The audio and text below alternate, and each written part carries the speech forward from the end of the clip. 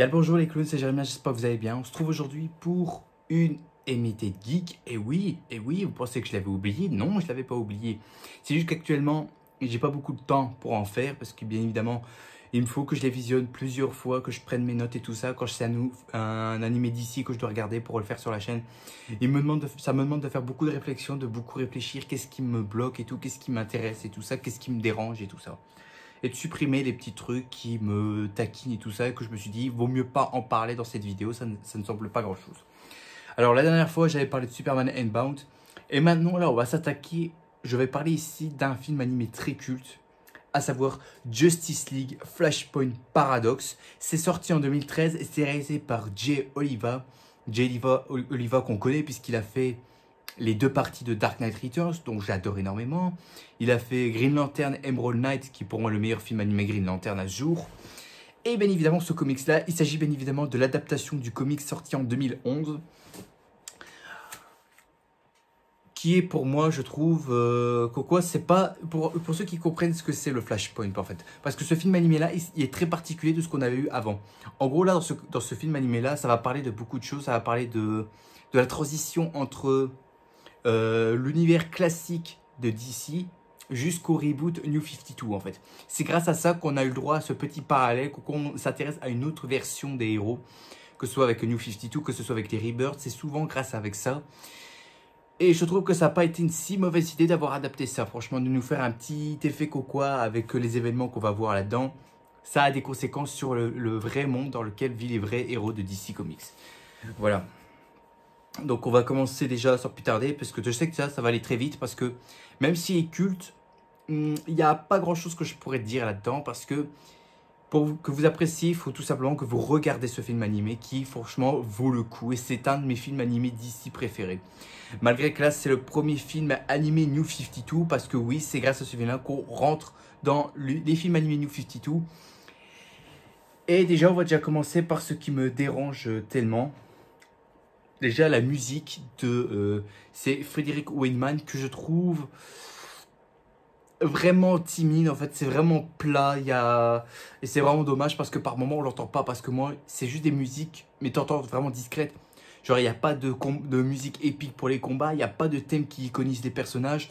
On n'en fait rien, en fait, au niveau musique. Et c'est ce qui me dérange actuellement beaucoup dans les films animés. Quand tu sais ce que tu fais, quand tu es compositeur et que tu es libre d'explorer un peu les personnages pour imaginer le son que tu dois apporter pour faire une musique qui envoie du lourd, tu peux pas chier avec ça en fait. Tu peux pas chier avec ça. Le problème avec ça, c'est qu'on a vraiment des musiques toutes douces, toutes calmes et tout. Parfois c'est de la musique d'accompagnement, mais parfois ça manque de pep, ça manque de gros coups, ça manque de percussion au niveau de la musique. Que ce soit, comme j'ai dit, combat, personnages, séquences d'émotions et tout ça. On n'en fait pas grand-chose de la musique, en fait. Et ça me dérange parce que Frederick Wiseman, je connais un petit peu ce compositeur. Et je me suis dit, il a quand même il aurait pu nous donner quelque chose de 20 fois mieux, en fait. Mais le problème, c'est que non, on ne retrouve pas ça. J'aurais bien aimé que ce soit des musiques beaucoup plus percutantes, des musiques un peu plus rythmées. Par exemple, les séquences quand Flash est dans la Speed Force et qu'il se met à speeder ou quoi que ce soit, ou alors des séquences quand il va vite, quand il se fait poursuivre et tout par Reverse Flash. Je m'attendais à des musiques un peu plus poignantes, un peu plus percutantes et tout ça. Quelque chose qui envoie du peps, qui te dit que ce que tu es en train de voir, c'est épique grâce à la musique. Mais ils auraient pu faire mieux, malheureusement. Ils auraient pu faire mieux, mais c'est dommage. Alors là, les défauts que je vais vous citer ici, parce que là, ça, c'est les défauts qu'on peut retrouver là-dedans.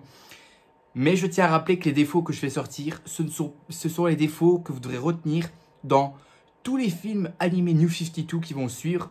Parce que c'est le même défaut. C'est le même défaut pour chaque film animation qu'on aura dans cet univers-là. C'est-à-dire animation bidon, genre on met juste une image fige et on bouge les lèvres des personnages ou on bouge un membre. Mais c'est pas réellement une animation propre en fait. Il n'y a vraiment pas d'animation propre. C'est-à-dire qu'en voyant ça, en voyant ces animations-là, j'ai l'impression de voir un dessin animé manga en fait. J'ai l'impression de voir la même chose en fait. Et le problème, c'est que manga et comics, c'est pas compatible, c'est pas du tout la même chose. Alors dans les films animés New 52, j'aimerais bien bah, au niveau animation et tout ça soit plus fluide et tout ça, qu'on se rend compte que c'est vraiment des personnages et tout, que c'est pas juste des dessins, genre des personnages que tu dessines et que tu découpes après pour les animer et tout ça, parce que ça c'est complètement idiot. Mais au final, t'as pas ça du tout. T'as pas ça du tout. Tout le long des films animés New 52, tu vas retrouver cette animation dégueulasse, honnêtement. Tu vas retrouver cette animation dégueulasse. Et je ne comprends pas pourquoi, en 2013, et ce qui va suivre par la suite, puisque ça fait 15 films animés New 52, qui même continuent encore d'aujourd'hui, je ne comprends pas pourquoi on fait encore cette animation dégueulasse, en fait. Alors que tu regardes ce qu'il y avait avant avec Under the Red Hood, The Dark Knight, Dark Knight Returns, Green Lantern Emerald Knights et tous les trucs là, t'avais une animation plus fluide et plus correcte. Alors que là, non, on en fait genre, tu sais, on prend case par case comme dans le comics et on bouge juste les lèvres, quelques membres, c'est tout en fait. Ça m'emmerde. Et aussi, surtout, ce qui me dérange, c'est qu'au niveau des décors, c'est vide, c'est plat, c'est tout lisse, il n'y a rien. Dans le sens où je veux dire, c'est que il n'y a pas de décor vraiment retravaillé en fait. On reprend juste des décors vides, à savoir une ville, tout ce qu'il y a de plus normal et tout ça. Donc une ville toute lisse et tout ça, quand tu vois au niveau des dessins que c'est lisse et tout, c'est franchement horrible. Et puis surtout, ben, ça manque de PNJ. Et quand je dis PNJ, c'est-à-dire des civils. Moi, je trouve que là, il manque des civils en danger, franchement. Il manque toujours des civils en danger dans ces films animés de merde. Il y a toujours des civils en danger. Et là, t'en as même pas. Pourtant, c'est ce qui fait la... Quand t'as des civils en danger, c'est ce qui fait la principale... comment dire, la principale objectif d'un super-héros. C'est-à-dire protéger les civils, les mettre à l'abri, en fait. Éviter qu'il y ait moins de dégâts, moins de morts. Et le problème, c'est que dans ces films animés-là, on retrouve pas ce côté... on prend soin des civils en fait, c'est-à-dire qu'on nous met pas de civils et tout ça, on met juste des décors vides où il se passe rien, tous les civils ont le temps de se barrer ou alors il y en a pas du tout et ça m'énerve. Ça m'énerve quoi dans les films animés, on prend pas la peine de nous mettre des vrais civils quoi, on nous met des civils, on voit des civils en danger, du coup les héros doivent agir, on nous met pas ça, ça me perturbe, franchement ça me casse les couilles franchement. Même c'est pareil comme au cinéma, hein. Au cinéma on prend même pas la peine de nous mettre des civils en danger. Ou alors si on en met, mais ils ont le temps de se barrer avant que l'attaque arrive, et ça m'énerve, franchement ça m'énerve. Pourquoi on nous met l'attaque, et t'as vraiment des civils qui sont dans cette champ de bataille et tout ça, qui vont sur le point de se faire tuer. Et les héros interviennent pour les sauver, voilà. Moi je veux voir ça au cinéma, et aussi dans les films animés. Est-ce que c'est compliqué de faire ça? Je ne crois pas, non. Mais évidemment, on n'est même pas capable de le faire, hein, décidément. Et pour terminer, ce qui me dérange aussi dans tous ces films animés-là, c'est le chara-design des personnages qui m'énerve tellement. Par exemple, ici, là... Attends, voilà, c'est pas facile quand ça le... Aquaman, là, on se fait même pas chier. C'est-à-dire que, hop, on met le personnage et tout ça. Et au niveau des couleurs, on met juste un aplat d'orange, c'est tout. Voilà. Ensuite, bon, après, il y a Barry Allen. Hein. Barry Allen, je trouve qu'il est assez bien représenté. Batman, c'est à peu près pareil. Donc, voilà. On va dire chaque personnage sympa. Mais par contre, Wonder Woman, elle est ultra bizarre. Elle a des yeux de chinoise, quoi. Elle a des tout petits yeux bleus et tout ça. Et une toute petite bouche, là, on dirait une chinoise. C'est horrible, franchement, c'est horrible. Bref, tout ça, ce sont les défauts que vous allez retrouver dans les autres films animés New 52 dont je vais en parler dans les futurs Animated Geek. C'est les futurs défauts. Donc, ces défauts-là que je viens de dire, retenez-les parce que dans les autres vidéos, je ne vais pas les reciter. Je ne vais pas les reciter parce que c'est la même chose partout. Bon, bref, j'ai quand même parlé des points négatifs qui me dérangent, mais je vais quand même parler des choses qui me plaisent. Par exemple, le scénario que je trouve très bien recherché, franchement, très bien représenté et tout ça. Et aussi, pour ceux qui ne savent pas, ce film animé-là, enfin le scénario de ce film animé, ce comics-là, puisque c'est le même, ça a été la source d'inspiration pour le film The Flash. Mais je tiens à vous le dire, ce film animé-là, je préfère regarder ça 20 fois plutôt que de revoir The Flash. Parce que The Flash, je l'ai déjà tout dit, il n'y a rien qui va là-dedans. Alors que là, dans ce film animé Flashpoint Paradox, là, c'est 20 fois mieux. Là, c'est beaucoup mieux, honnêtement.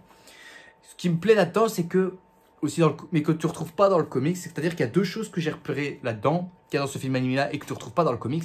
C'est déjà l'explication de la guerre entre les Atlantes et les Amazones, que je trouve franchement une explication totalement correcte. En plus, on voit à l'écran, genre c'est pas du blabla comme dans le comics. Et aussi, on a un petit aperçu visuel et vite fait du Joker. Alors, certes, j'ai oublié quelque chose. Je ne vous ai pas parlé du scénario. En gros, on a Barry Allen, donc Flash, qui se réveille dans un monde qui lui semble à peu près normal. Mais il va se rendre compte qu'il y a des choses qui ne sont pas tout à fait comme il devait être. Par exemple, là, sa mère est vivante alors qu'elle est censée être morte quand il avait 10 ans. Et à ce moment-là, Barry va enquêter et va découvrir toutes sortes Pourquoi les personnages qui connaissaient de la Justice League ne sont pas du tout pareils en fait. C'est-à-dire que là, le héros qui est le plus protecteur de la planète et aussi qui aide un petit peu le gouvernement, c'est Cyborg.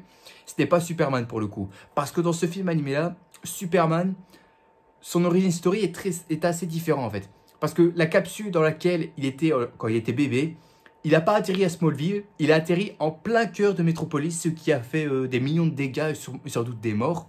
Et du coup, le gouvernement l'a récupéré et il se sert de lui comme rat de laboratoire, c'est-à-dire il le planque, il le cache aux yeux de la population et il s'en sert de lui pour tester différentes choses, c'est-à-dire qu'on le met bien en dessous, comment dire, sans qu'il soit complètement, sans qu'il y ait un visuel du soleil, voilà, sans qu'il est dans les rayons du soleil. Parce que je rappelle que quand Superman doit se recharger, il a besoin du soleil. Et ben là non, on le met bien planqué au fond, comme ça on ne le voit plus du tout. Et pour Batman, lui c'est totalement différent, puisque là ce n'est pas Bruce Wayne qui est derrière le masque, mais Thomas Wayne. Parce que là l'origine est aussi très différente de ce que l'on connaît. C'est-à-dire qu'au moment où les parents Wayne et le petit Bruce sortent du cinéma, ils se font abattre ils sont devant Joe Chill. Mais ce n'est pas les parents Wayne qui se font abattre. C'est Bruce Wayne, quand il avait 9 ans. C'est lui qui se fait abattre par Joe Chill. Et du coup, les deux parents vont évoluer chacun de leur côté, en fait. C'est-à-dire qu'on a Thomas Wayne qui va avoir une rage colérique sur le crime, c'est-à-dire qu'il ne va pas hésiter à tuer, devenir violent et tout ça. Et c'est lui qui devient le Batman qu'on voit là. Et j'ai envie de dire, ce Batman-là, le Batman de Thomas Wayne, j'ai envie de le voir au cinéma, quoi. J'ai vraiment envie de le voir au cinéma et je me demande pourquoi ils ne l'ont pas mis dans ce film The Flash, tout simplement parce que c'est des fainéants. Mais putain, le Batman de Thomas Wayne, en mode violent et tout, qui utilise des armes et qui n'hésite pas à tuer, putain, mais ça, j'avais envie de voir ça au cinéma, quoi. Donc on a Thomas Wayne qui devient Batman, mais qui fait ça en mode colérique juste pour éliminer les criminels. Alors que de l'autre côté, on a Martha qui, elle, a totalement sombré dans la folie et qui est devenue le Joker. Voilà, c'est à peu près ça le scénario. J'espère que vous m'aurez compris. Donc, Thomas Wayne devient Batman et Martha Wayne devient le Joker. Voilà, j'espère que vous m'aurez compris. Et je trouve que là, c'est pas con de nous avoir présenté ça en niveau visuel. Parce que dans le comics, on nous montre pas beaucoup, je pense. On ne nous montre pas, je crois. On n'a même pas un seul visuel du Joker de Martha Wayne. Non, je crois pas, donc c'est pas trop grave. Et puis, voilà, quoi. Qu'est-ce que je peux dire d'autre? Ah ben oui, Flash. Flash, lui, c'est le héros principal, c'est pas Batman cette fois, j'ai envie de dire quand même, pour changer un petit peu. Mais là, voilà quoi, un film animé où c'est Flash qui est le héros principal de ce film animé. J'ai envie de dire, là, bravo, là, c'est beaucoup mieux que le film The Flash. Là, dans ce film animé-là, Flash est ultra bien représenté, franchement. Au niveau iconisation du personnage, on y est, au niveau respect et tout ça. Et ce qui m'a le plus plu, c'est les combats qu'il a eu avec Reverse Flash. Alors là, j'ai envie de dire, c'est la grosse claque. C'est la grosse claque. Les courses-poursuites qu'il a avec Reverse Flash, que ce soit comme j'ai dit, que ce soit les courses-poursuites ou les combats, je le trouve franchement très bien, très percutant avec Flash, honnêtement. Et c'est après avoir vu ça, et également la série de l'Arrowverse, que actuellement, je commence à m'intéresser beaucoup à Flash. Je ne sais pas pourquoi, je m'intéresse beaucoup à Flash. C'est pour ça qu'actuellement ici, j'ai acheté une anthologie sur Flash, je vais le lire et après je vais essayer de lire 2-3 comics. Et après je pourrais peut-être me faire quelques petites notes pour en faire une DC Galerie, peut-être. On verra bien. De toute façon je ne suis pas encore là, je ne l'ai pas encore eu, j'ai juste passé commande, on verra quand est-ce que ça va arriver. Bref. Mais bref, si vous aimez Flash, si vous l'avez aimé dans la série, et que vous aimez dans la série Arrowverse, hein, et si vous voulez le voir dans un vrai film qui envoie de la gueule pour lui, ben regardez ça, Flashpoint Paradox. Et regardez pas The Flash parce que là c'est pas Flash du tout ce que j'ai vu. Et puis, honnêtement, pour savourer ce film avec tendresse et je vais dire un petit peu douceur pour les fans d'ici, c'est qu'il faut au moins connaître un petit peu les personnages, en fait. Parce que si tu regardes ça et que tu connais rien sur les personnages classiques, t'es un petit peu dans la merde. C'est-à-dire que quand tu regardes ça, tu dois bien te mettre dans la tête, en fait. Tu dois bien connaître tous les personnages, que ce soit au niveau de leur personnalité, leur histoire, leur pouvoir, tout ce que tu veux. Il faut au moins que tu arrives à connaître tous les super-héros classiques. C'est-à-dire Superman, Batman, Green Lantern, Wonder Woman, Flash, Green Arrow, et Martian Manhunter et toute la clique. Il faut que tu arrives au moins à connaître tout ça. Si tu connais tous ces personnages-là, si tu connais un peu comment ils sont au niveau classique et tout ça, alors tu peux regarder ce film animé-là.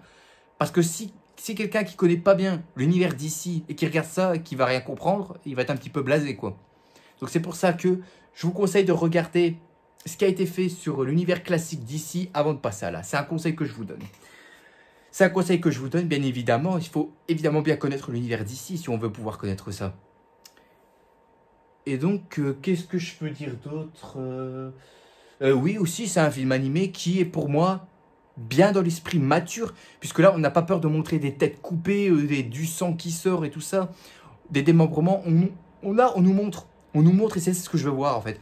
Moi, j'aime bien quand dans les films animés, on est dans un côté un peu plus mature, beaucoup plus adulte en fait. Qu'on nous met quelque chose de beaucoup... que c'est vraiment violent et tout ça. Que tu te dis, c'est pas un film animé lambda pour les gosses. Si c'est juste un film animé comme ça, avec des têtes coupées, des démembrements, ou je sais pas moi, des organes et tout ça, du sang et tout ça, pour moi, ça me dérange pas. Moi, c'est ce qu'il faut voir dans les films de super-héros. Il faut qu'on soit dans l'esprit mature, pas dans l'esprit gamin en fait. Dans l'esprit mature, où on n'a pas peur de nous montrer du sang et tout ça. Et bien dans ce Flashpoint Paradox, on nous montre ceci. Et je trouve que là, c'est un respect total dans le fait de faire un film animé pour adultes. Et ça, c'est dans un film animé pour adultes, franchement. On ne nous prend pas pour des cons, c'est super. C'est déjà la excellente chose qu'il faut faire. Et j'ai envie que ça se passe aussi ça au cinéma. Bref, je crois avoir tout dit. Donc honnêtement, est-ce que Flashpoint Paradox, je vous le conseille? Bien sûr que oui, bordel de merde, je vous le conseille bien évidemment parce que tu passes pas un mauvais moment là-dedans, tu passes pas un mauvais moment. Et puis surtout, c'est que c'est un one-shot, c'est-à-dire que tu n'as pas besoin de voir ce qui avait été fait avant ou quoi que ce soit.